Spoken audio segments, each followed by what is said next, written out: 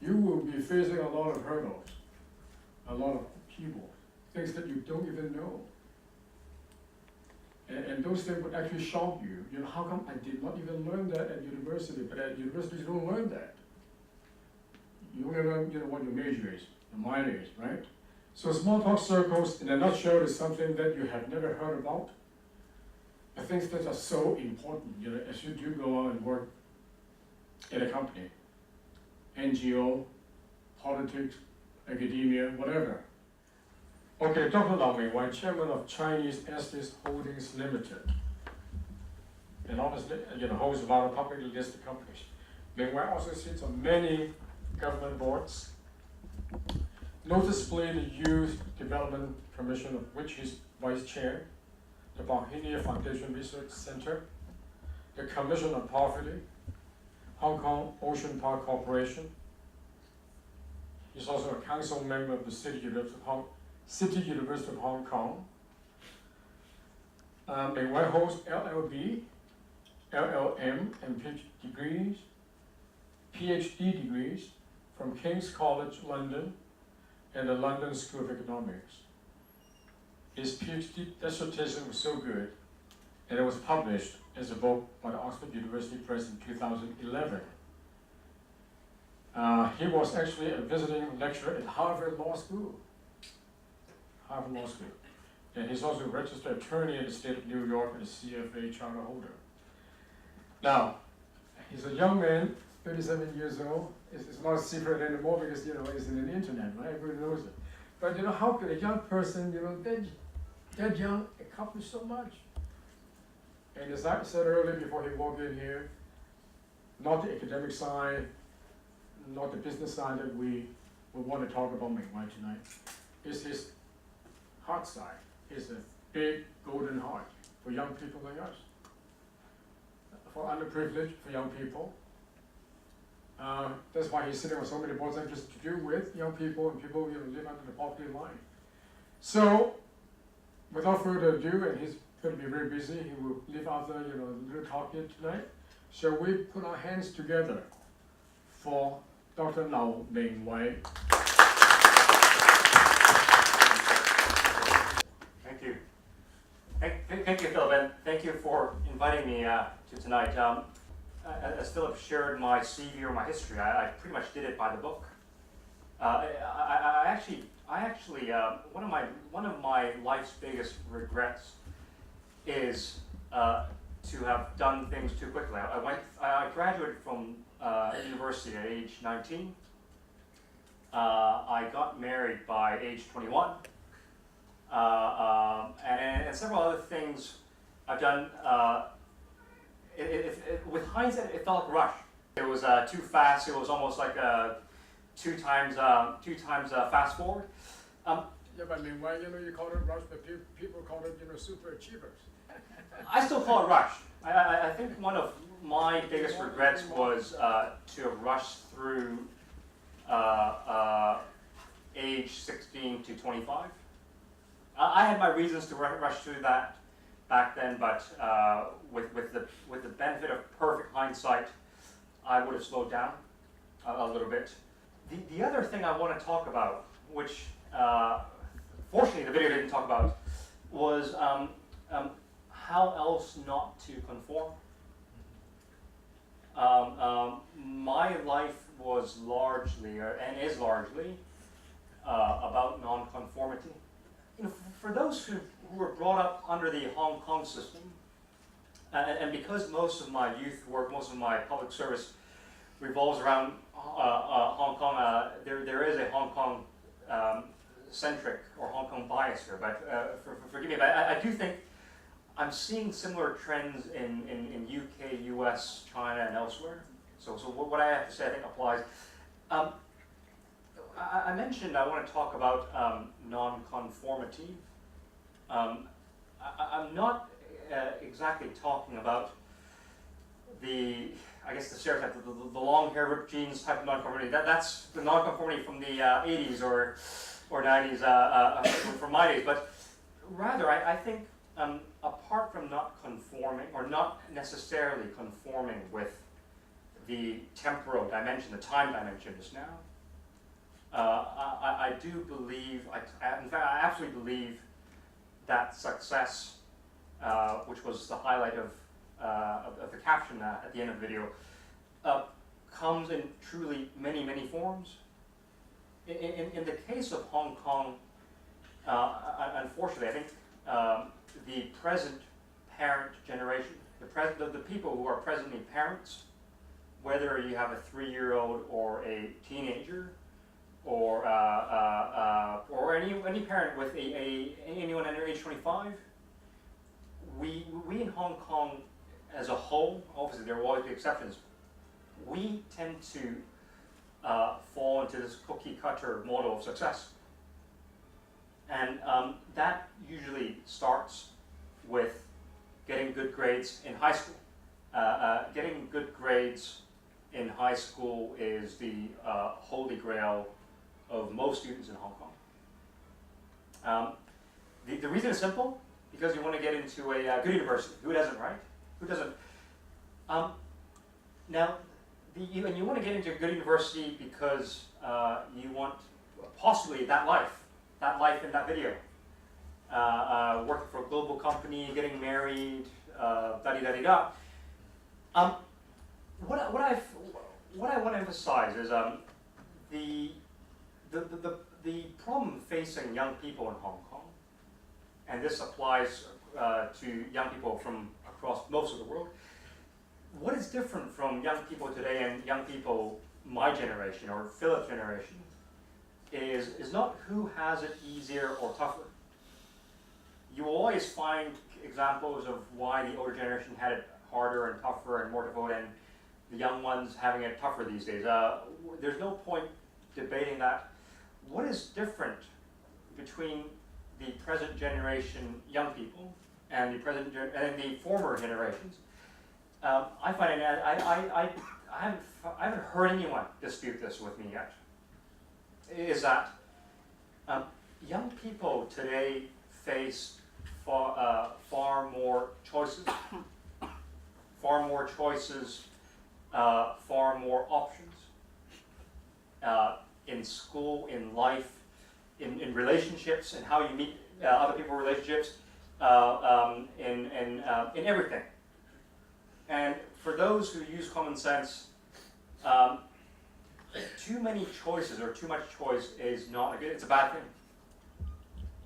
Because it makes it, mathematically already, it makes it harder to select the optimal choice. That's the first thing I found in my 3 years of youth work so far. Choices made in choosing high school courses, choices made in choosing which university, choices made in which jobs to apply, have, I think, often been suboptimal due to too many choices. And you can say, well, of course you can research, but if you look at the entire Hong Kong youth population, and I dare say those who study at Hong Kong U or one of our top universities don't represent the entire mass 700,000 Hong Kong youth between age 15 and 24 in high school or even in university. The information given to you, whether it's choosing your DSE course or choosing which university to apply, or what jobs or what industries you want to get yourself into, the information the career office supplies. It's the quality of information as a whole, I think, is very, very, very mediocre. In your average Hong Kong high school, the typical career and life planning process that the average Hong Kong student, Hong Kong youth undertakes over the last 3 years of his high school days is as follows. It's typically 2 or 3 talks during assemblies by an alumnus fireman or an alumnus lawyer or an alumnus doctor. That's your menu of career choices displayed in front of you because that's what the school managed to arrange. And if you're very lucky, you will also do one of those personality quiz I took one of those myself just out of curiosity, and I was told I would make an excellent museum director and an excellent landscape designer. I might, but I don't think so, personally. I might have.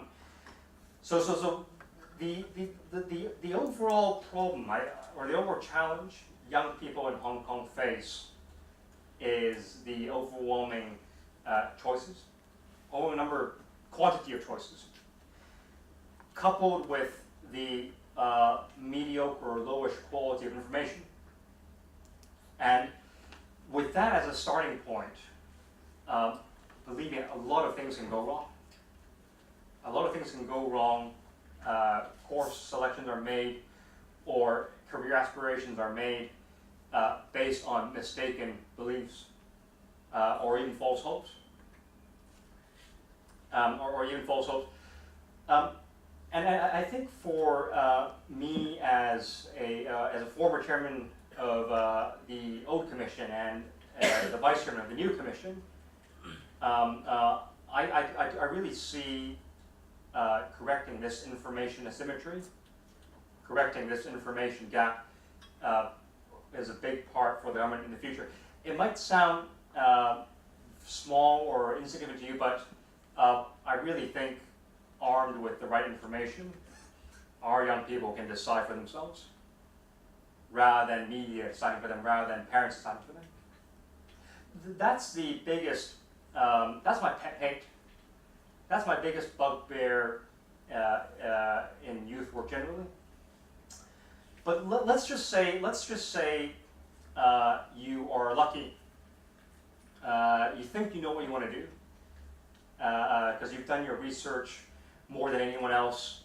Let's say you got into the university of your choice, whether it's here at Hong Kong U or Baptist U or USD, whatever. And let's say you got into the course of your choice, whether it's engineering or law or social work or BBA. The next issue I found, and this is something I really, really want to emphasize, is the non-academic activities, the non-academic pursuits that I've found university students, young people pursue. The issue boils down to this: if you study economics, the problem as simply stated is this: Hong Kong has a finite number of jobs that really require a university degree. And I have a graph in my office on my wall. As the number of university places go up, the number of UGC funded university places go up, i.e. the undergrad population goes up, the starting salary goes down over time.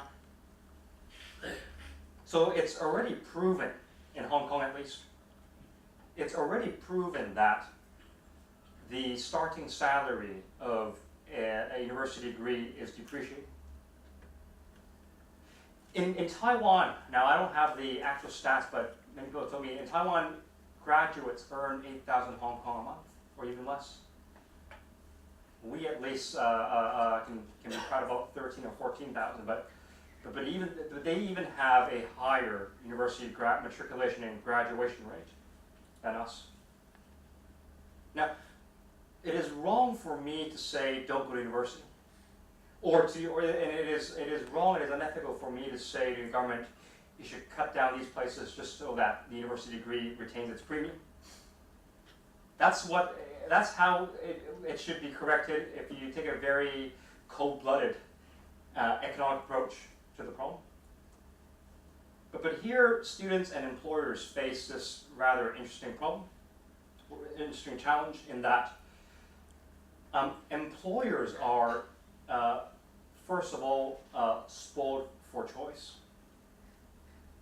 Because for every vacancy they have, over time there are more and more applicants. So purely starting from the starting salaries and the way we believe is supply and demand, that explains why starting salaries are going down. You have more and more people chasing for that same number of jobs, generally speaking. And ditto for students. Your potential competitor for the job that you want, whichever field, is increasing simply by the increasing number of graduates in that subject, or increasing number of graduates generally. So students have a challenge, employers have a challenge. That's actually not the heart of the problem, or sort of my advice or my proposal or my solution. It is that in a lot of cases, I as an employer struggle to find, and this anecdote is confirmed by time and time again by other employers, other in fact other students as well. Everyone's CV looks the same. I see some nods here. Who would agree that everyone's CV looks broadly the same? Nobody. I agree. 1, 2, Yeah. brave hands, 3, 4. Okay, there's some. Well, I don't want, this is not a scientific survey, but a lot of the times employers end up seeing, okay, they went to CU or UST, they did BBA, they got a 3.6, they were a member of this society, they like to play piano, and they like football, and they had this and that internship. And believe me, employers just cannot differentiate between 1 and 2 and 3, or 4 and 5 and 6. No right-minded employer, no right-minded person will actually pay too much attention to the GPA, believe it or not. Look, degree is important, knowledge is still important, but it's ever so slightly less so. And its importance is, I think, going to continue to depreciate bit by bit over time. So here we have employers seeing CVs that look approximately the same for a given job or for a given sector, industry. They look approximately the same. And I think it's easy for me to point this out and complain. I think it's more interesting for me, and I have done this, to find out why. Why do they all look the same? My personal view on this is as follows. It's pretty much because I think most of us are actually trying to do what was done in that video. I think most of us by nature, I think human by nature, wants to conform. Not necessarily conform in a groupthink kind of way, but want to follow or conform to well-proven or well-trodden paths. Because we know a lot of people who did that path, who tick those boxes, have the highest likelihood of ending up where they are today. So it's perfectly natural, I think. I think it's perfectly natural to conform. I think it's perfectly natural to follow well-trodden paths. In fact, in Hong Kong university culture, there are 5 things. There are 5 things you're supposed to do in college and university. Who can count those 5 things for me? Please. Achieve an acceptable GPA depending on your industry. Yeah. If it's engineering, 3.5. If it's business, 3.2. Okay. Second, do exchange and get exposed to many culture. Okay. Third, pay back to the society and do some volunteering work. Okay, stop there. Yours is not the local version. The local version is not as aspirational as that. So actually, this Okay, can I start with the local version first? High GPA? So the local version goes like this: GPA, Yeah. dating, part-time job, I'm not local. Living in hall. so sorry, Living in the hall. living in the hall and student associations. So that's the 5 boxes local students have to tick. And I was actually counting how many did I do. I actually only did 2, the dating and the GPA. But look, with hindsight, I should have done more. I should have ticked more of those boxes just to enrich my experience. But what I'm saying is, that list of 5 doesn't mention give back to society, doesn't mention international exchange or even international exchange in Hong Kong or international exchange abroad. Look, you can have international intercultural exchange here on campus as well, but how many local students do it on a daily basis? Very little. I asked. I've done these. Raise your hand if you do that survey many times when I go to campuses, and the response rate is pretty pathetic. So what else is on your list? Number 4 and 5. Yeah. Do some volunteer work outside Hong Kong. Okay. Number 4. Okay. And number 5. Maybe learn something related to your industry, but you are not studying in your major. Because I'm studying environmental engineering. Yep. And I want to minor in environmental economics, which is not my major, but related to my major. Okay. Thank you. So we've got the international version there, and the local version. Look, I can stand here and say this one's better, or that one's better. Again, I'm not supposed to be judgmental. I'll just say they're different. But when everyone, my point is this: when all the local students try to do the local version, that's how they end up with the same CV. Because all they've done is stayed at the hall, they might have joined the hall association, they might have joined the business student union, they might have got good grades. Okay, they're not going to put the dating part on the CV, but you get the idea. Conformity in what you do in university, I really think is not a good thing. University is a time when you have is a period of your life when you have the most free time. Despite you guys studying like crazy and having no time or no life, it is the freest time. It's going to get worse, but it is the freest time to try other things. And for me, apart from not conforming with the age or the time thing, I think not conforming. Deliberately not conforming the CV thing is just as important. Now, in a very mercenary or calculative, from a very mercenary and calculative perspective, you can say I'm doing this for the CV, and it does help. So I'm not going to deny that differentiating yourself helps. But I'll give you the real reason why I champion and advocate nonconformity. It actually helps you understand yourself. Just because I've been told that I should date, just because I've been told I should join a student association, just because I've been told to stay in a hall, doesn't mean it's good for me, doesn't mean it's what I want. It doesn't necessarily fit me. Nonconformity on the CV, nonconformity in your life, in your college life, signals to me, whether I put on my employer's hat or youth worker hat or just my hat as a human being, signals to me willingness to try new things.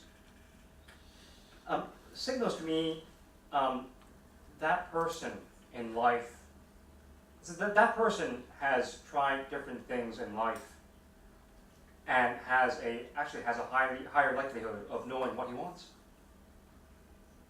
As an employer, that's really important. Employers generally want stable, committed, motivated people.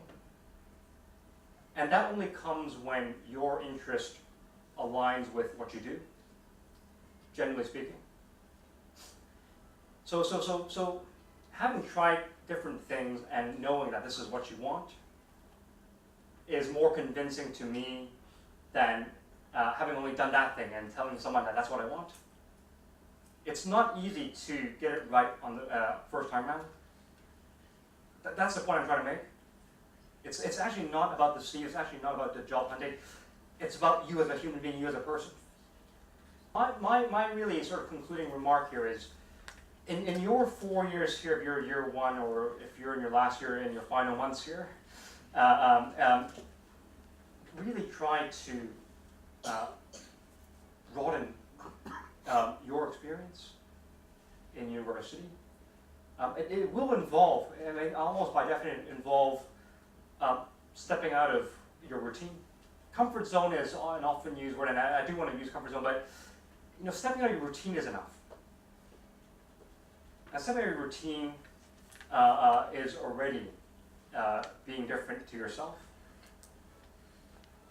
Whether it's going on exchange, which is not on the local list, by the way, whether it's exchange, whether it's learning a language here, whether it's trying something you've never done before, I think it's those experiences that will actually make you grow, make you learn about yourself way more than your classroom education, your regular social interaction could bring.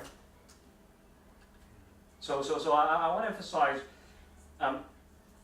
the depreciating, if I may say, the depreciating importance of the traditional education and traditional knowledge base acquisition that goes on in university, and the importance of broadening your experience, your context, your, I want to say skills. That's another very CV type thing, so I'll drop that. But it's really about broadening your experience. Now, this is coming from a guy who didn't broaden his experience in college. All I did was date and study.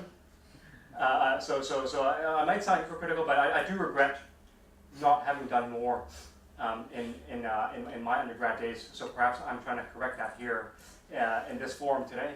But thank you very much, Philip, for having me, and hope this is a little nugget everyone can take home and think about. Thank you. Know yourself, get to know yourself, what you're good at, what you're not good at. Don't conform, okay? As Kevin told me one time, don't conform, be yourself. Everybody else has already been taken. Remember the saying?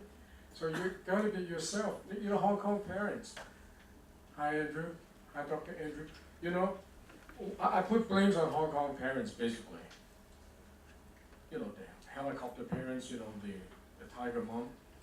You gotta be a medical doctor, you gotta be a lawyer, you gotta be an iBanker, right?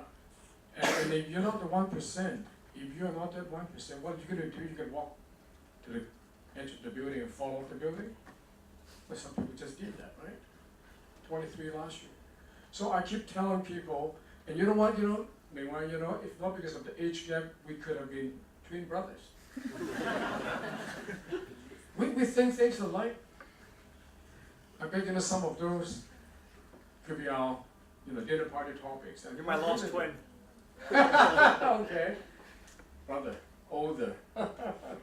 So really grateful, meanwhile you just come and give us this inspiration. Let us know what is to be and what is not to be. And I don't want to say anything more because the time is up. We're going to go on, have something to drink and eat, and a group photo. Okay. But before I go, just one last thing. Don't listen to your mom and dad. I keep saying that, that's the only way we can break the mold and start things afresh. Otherwise, this kind of culture. No, Chinese, I'm a very red blood Chinese. We have a lot of good things, but we do have a lot of ugly things, do we? So we just really want to throw those ugly things out the window and start, afresh. Okay? So this is what Small Talk Circle is about, and I hope this, 80% of you guys sitting there first time coming, Small Talk Circles, hope this is not your last time either. please keep coming. After you graduate, you still come, you're most welcome. Okay? So Mei Wei, again, really want to thank you. Thank you. And,